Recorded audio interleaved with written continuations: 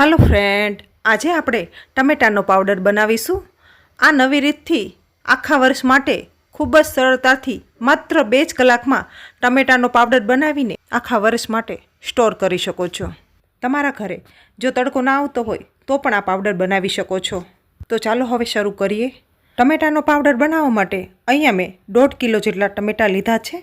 અહીંયા મેં હાઇબ્રિડ ટમેટા લીધા છે। टमेटा लेवा जाओ तो एकदम कड़क अने लाल होय तेवा ज लेवाना।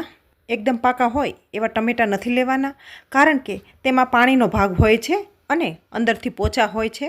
तो आ टमेटामां पाणी ओछुं अने पल्पनो भाग वधारे होय छे, जेथी करी पावडर बनावीए तो आमांथी सरस एवी क्वोंटिटी मळी शकशे आपणने अने साथे खूब ज झड़पथी सुकाई पण जाय छे। पण आ टमेटाने बदले तमे देशी टमेटानो पण उपयोग करी शको। तो आ पावडरने 2 अलग रीते आपणे बनावीशुं। पहली रीत में जे ट्रेडिशनल रीते आपणे तड़के सूकीने जे पावडर बनावे छे ते रीते आपणे बनावीशुं। तेना माटे टमेटा लई लेशुं अने टमेटाने आ रीते स्लाइस में कट करी लेशुं। टमेटाने तमे स्लाइस के टुकड़ोमां पण कट करी शको छो, पण अहींया मैं स्लाइस करेली छे केम के स्लाइस छे ते जल्दी सुकाई जाय छे। तो अर्धा टमेटाने मैं आ रीते स्लाइस करी लीधी छे अने मैं अहींया थाळीनो उपयोग कर्यो छे। आवी रीते तमे आ जग्याए कॉटन कपडानो अथवा तो प्लास्टिकनो पण उपयोग करी शको। पण थाળી होय तो तड़को होय तो आपणे तड़के राखवानी अने ज्यारे तड़को वयो जाय त्यारे घरमां सरळताथी आपणे थाळीने फेरवी शकीए छीए। तो अहींया मैं बराबर स्लाइसने गोठवी दीधी छे। तो अहींया हवे आपणे स्लाइसने तड़के मूकी देशुं। हवे बीजी रीत माटे आपणे टमेटा लई लेशुं। टमेटाने आ रीते टुकड़ा करी लेशुं। आ रीते हाइब्रिड टमेटा लेवानो फायदो ए छे के तेमां पल्पनो भाग वधारे होय छे, बी अने पाणीनो भाग ओछो होय छे, जेथी करी आपणने पावडर वधारे क्वोंटिटीमां मळी जाय छे।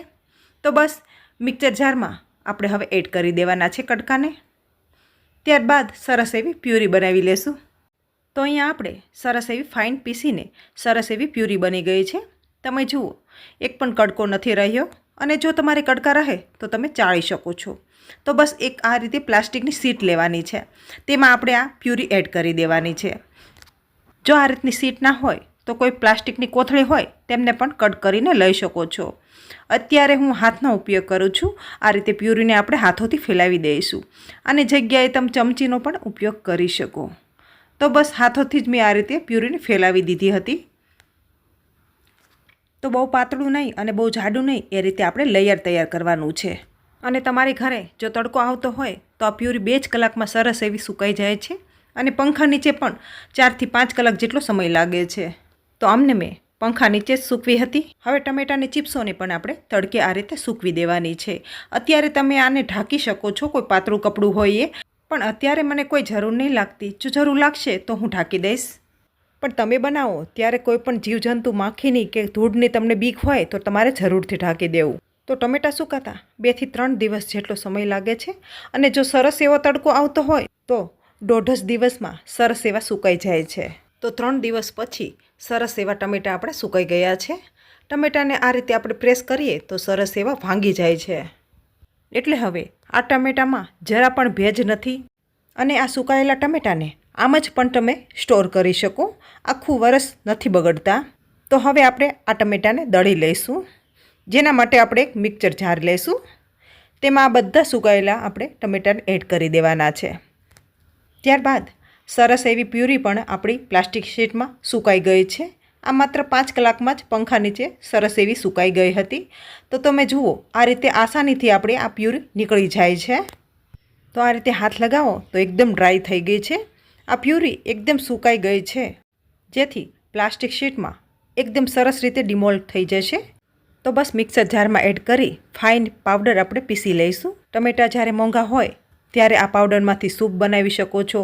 कोई दाळ के शाक में तमे एड करी शको छो, कोई ग्रेवी में पण एड करी शको छो अने तमे कोई पण सीजनिंग होय तेमां पण उपयोग करी शको छो।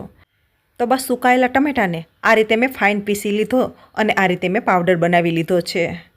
तमे जुओ एकदम फाइन सरस एवो पीसीने तैयार थयो छे।